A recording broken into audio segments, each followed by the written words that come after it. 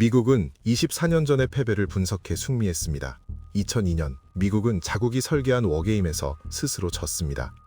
이란을 모델로 한 가상의 적이 미 해군 항모를 16척 격침시켰습니다.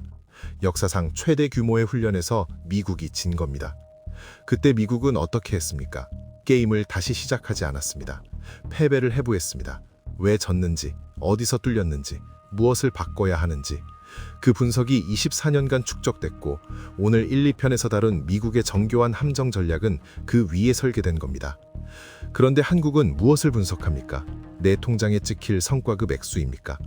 오늘 3편은 불편합니다. 하지만 들어야 합니다. 2002년 8월 미국 역사상 최대 규모의 군사 워게임이 시작됐습니다. 코드명 밀레니엄 챌린지 2002. 가상의 적은 중동의 독재 국가로 설정됐습니다. 이란을 모델로 했습니다. 미국은 압도적 첨단 전력으로 손쉽게 이길 거라 예상했습니다. 결과는 충격이었습니다. 가상의 적 사령관 폴반 리퍼 중장은 미군의 전자전 시스템을 무력화하는 비대칭 전술을 썼습니다. 오토바이 전령, 빛 신호, 상업용 라디오, 첨단 시스템이 아닌 저기술 통신으로 미군의 감시망을 벗어났습니다. 그리고 기습적인 대한미사일 포화로 미 항모를 포함한 함정 16척을 격침시켰습니다. 현대전 역사상 가장 굴욕적인 패배 중 하나였습니다. 미국은 이 결과를 어떻게 처리했습니까? 처음엔 은폐하려 했습니다. 게임을 리셋하고 미국이 이기도록 규칙을 바꿨습니다. 하지만 알렉산더 블록 대령을 비롯한 군사 전략가들은 이 패배를 기록하고 분석했습니다. 공개 기고문으로 남겼습니다.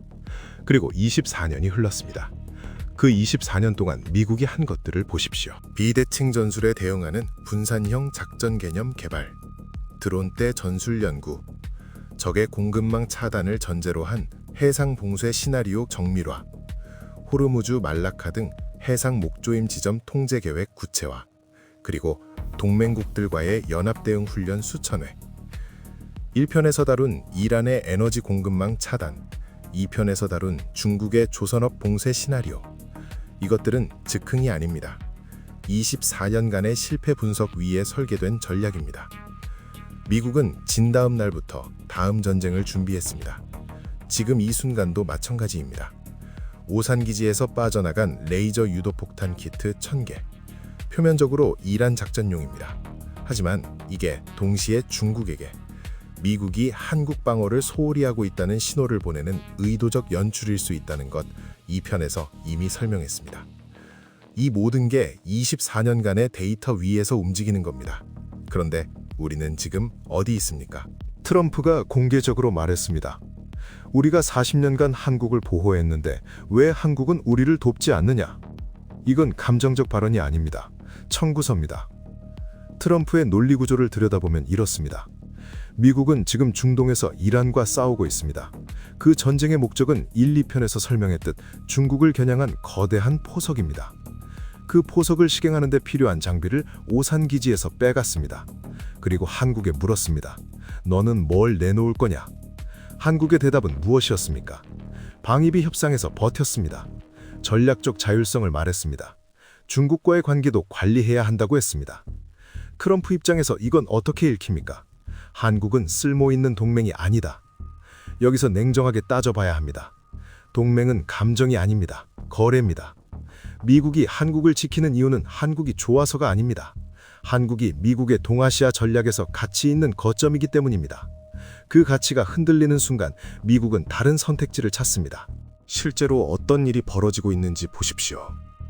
오산기지에서 레이저 유도 폭탄 키트 1000개가 빠져나갔습니다. 이것이 단순한 전력 재배치라면 괜찮습니다. 하지만 이것이 한국 방어 공백으로 연결된다면 이야기가 달라집니다. 주한미군의 역할은 단순히 병력 주둔이 아닙니다. 정밀 타격 능력, 조기 경보 시스템, 전략 자산 순환 배치, 이 패키지가 한국 방어의 실질적 뼈대입니다. 그 뼈대에서 부품이 하나씩 빠질 때 전체 구조가 흔들립니다. 중국은 이 과정을 정밀하게 관찰하고 있습니다. 중국의 목표는 대만 침공 시 한국이 미국의 발판이 되지 못하게 하는 것입니다. 한국에서 F-35가 뜨지 못하게, 한국 항구에서 미 해군 함정이 보급받지 못하게, 한국 레이더가 중국 미사일을 추적하지 못하게 만드는 것입니다. 군사력으로 그걸 막을 필요가 없습니다. 한미 동맹의 균열이 깊어지면 중국은 원하는 걸 공짜로 얻습니다. 전쟁은 총을 쏘기 전에 이미 시작됩니다. 동맹의 신뢰가 무너지는 그 순간부터입니다. 전쟁은 전선에서 시작되지 않습니다. 기업의 회의실에서, 노조의 천막에서, 그리고 우리의 무관심 속에서 이미 시작되었습니다. 팩트를 보겠습니다. 삼성전자 노조는 2024년 창사 이래 첫 파업을 단행했습니다. 요구한 성과급 규모가 연간 시설 투자액 47.5조 원에 맞먹는 수준이었습니다. AI 반도체 전환이라는 역사적 기회의 창이 열린 바로 그 시점의 말입니다. 맥락을 짚겠습니다. 지금 AI 반도체 시장에서 무슨 일이 벌어지고 있습니까? 엔비디아는 TSMC와 함께 차세대 패키징 기술을 선점하고 있습니다. SK하이닉스는 HBM 시장에서 삼성을 앞서 나갔습니다. 삼성이 파운드리와 메모리에서 동시에 주도권을 잡을 수 있는 시간은 길지 않습니다. 그 시간에 파업을 했습니다. 이게 단순히 노사 갈등입니까? 1편에서 설명했습니다. 미국이 중국의 첨단 반도체 접근을 차단하는 핵심 수단이 TSMC와 삼성입니다. 삼성이 흔들리면 미국의 대중국 반도체 봉쇄 전략에 구멍이 생깁니다. 중국은 그 구멍을 노립니다. 기업 내부의 이기주의가 국가 안보에 직결되는 구조입니다. 그런데 문제는 삼성만이 아닙니다. 청년 실업률이 7.7%입니다. 5년 만에 최고치입니다. 일자리가 없는 청년들이 소비를 줄입니다. 내수가 죽어갑니다. 동시에 가계부채는 1,900조 원을 넘었습니다. GDP 대비 100%에 육박합니다. 이 구조에서 외부 충격이 하나만 와도 도미노가 시작됩니다. 그 외부 충격이 무엇입니까? 호르무즈 해협 차단입니다. 중국이 대만을 치는 순간 이란은 호르무즈를 막습니다. 이건 1편에서 설명한 연동 구조입니다. 호르무즈가 막히면 유가가 폭등합니다. 한국은 원유 수입의 70% 이상을 중동에 의존합니다. 유가가 배럴당 150달러를 넘으면 어떻게 됩니까? 물가가 폭등합니다. 금리가 오릅니다. 가계부채 1,900조 원의 이자 부담이 폭발합니다. 소비가 급감합니다. 기업 투자가 멈춥니다. 청년 실업률은 2자릿수로 뛰어오릅니다. 중국은 미사일 한 발 안 쏩니다. 한국은 안에서부터 폭발합니다. 이게 중국이 원하는 시나리오입니다. 중국은 한국을 직접 치지 않습니다. 칠 필요가 없기 때문입니다.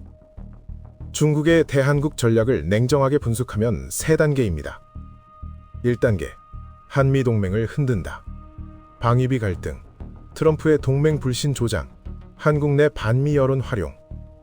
여기에 한국 정치권의 친중 반미 스탠스가 더해지면 중국은 아무것도 안 해도 됩니다. 2단계, 경제적 의존을 유지한다. 한국의 대중국 수출 비중은 여전히 20%대입니다. 중국이 경제 보복 카드를 꺼내는 순간 한국 기업들은 정부에 압력을 넣습니다. 중국과 싸우면 우리 다 죽는다는 논리입니다. 사드 배치 때 이미 경험했습니다.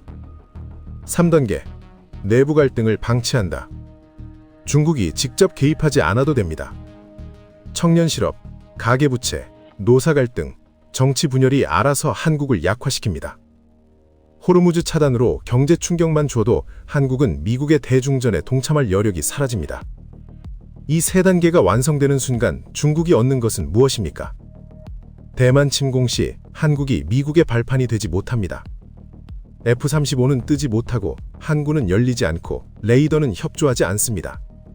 미국은 동아시아에서 핵심 거점 하나를 잃습니다. 총 한 방 없이, 외교 한 번 없이, 경제 제재 한 번 없이.